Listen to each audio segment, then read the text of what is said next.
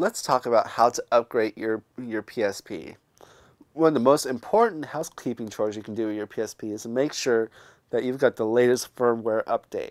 Sony updates the firmware fairly frequently, every couple of months, with new features, bug fixes, and things like that.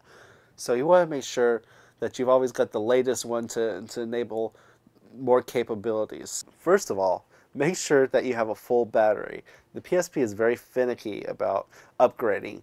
Even if you have it plugged in and you don't have a full battery, if you've got a low battery, then the firmware may not work. So make sure that you've got a full battery whenever you want to do any network updating function.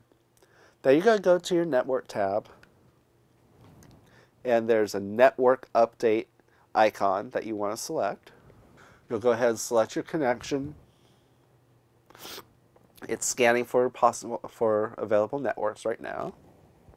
So now that it's scanned through, it's telling me that it's found automatically a later version of the firmware update, and it wants to download it.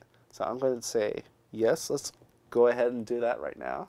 So now it is downloading the firmware update. It's going to prompt you several times whether or not you want to continue. Then what it will do is it will start to install. It is very important at this point that you don't turn off your PSP, or you may render it completely unusable. So that's one of the reasons that they want to make sure that you have a full battery. In case the power goes out or something in the middle of your update, you can at least switch to your battery mode and complete the installation so you don't brick your PSP.